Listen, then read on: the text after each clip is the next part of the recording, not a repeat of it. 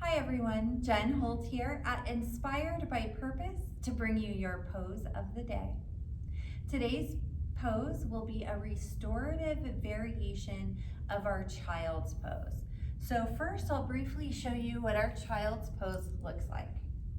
The toes come together, knees are out wide, and then we bring the chest forward. Now for some of us, this pose is pretty restorative and relaxing as is, but for lots of us, we need some extra support in order to find a sense of relaxation.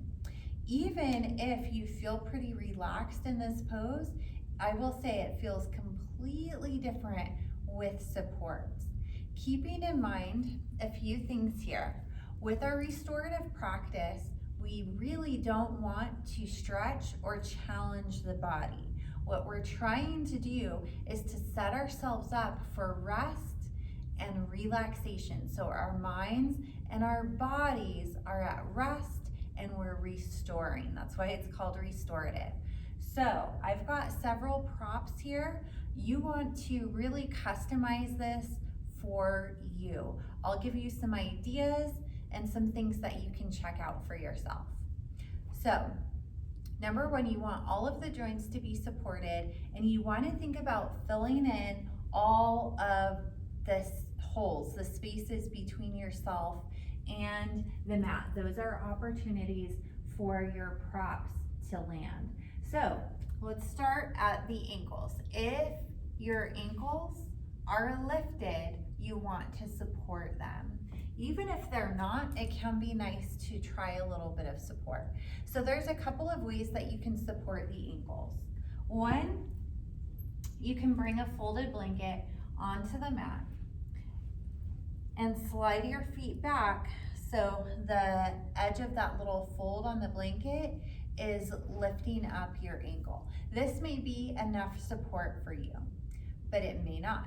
If you need more, you can either add more blankets, or you could even roll the blanket up a little bit. So as the blanket rolls, it gets a little bigger, and then it may be able to get big enough to fill in that space so that your ankles are resting down on the blanket rather than hovering in space.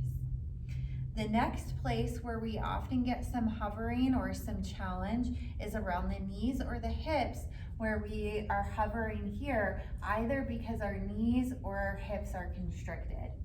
So we can support ourselves with a blanket by creating a little roll that can go behind the knees to support the knees.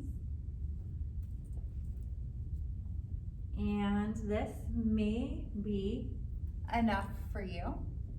You could also fill up that space between the hips and the glutes with folded blankets, how many ever you need, and then you fold forward and my hips are supported. The other thing that you can do is to sit on a prop. Now, the other thing that I will say, if your hips are really lifted and then you come forward and you don't have any other support here, you're gonna feel like you're being pushed forward. So what you're gonna wanna do is also to have something underneath the chest, some kind of blanket, some kind of pillow. You could even have more than one. And you fold over that. You want to bring the support as close into the gut, as close into the body as you can, and that's going to help support the hips as well.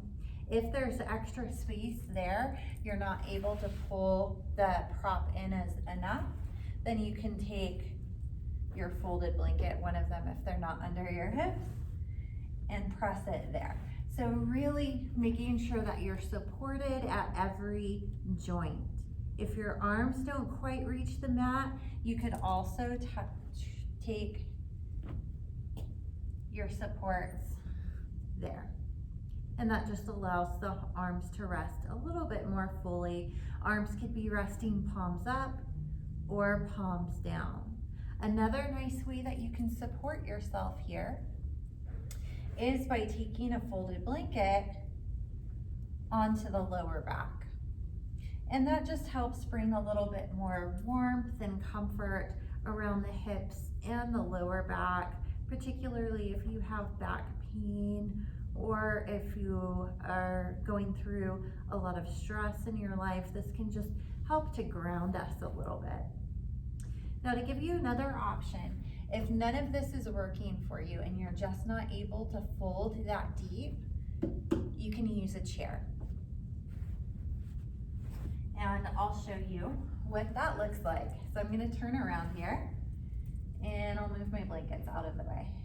It can be nice if you're using a chair, if it's not already padded, to have a little blanket on the chair. You could sit on a cushion or bolster, knees still go out wide, and here you can see my ankles. I'm not putting a lot of pressure on my ankles, my knees, or my hips. So that's another option for the lower body.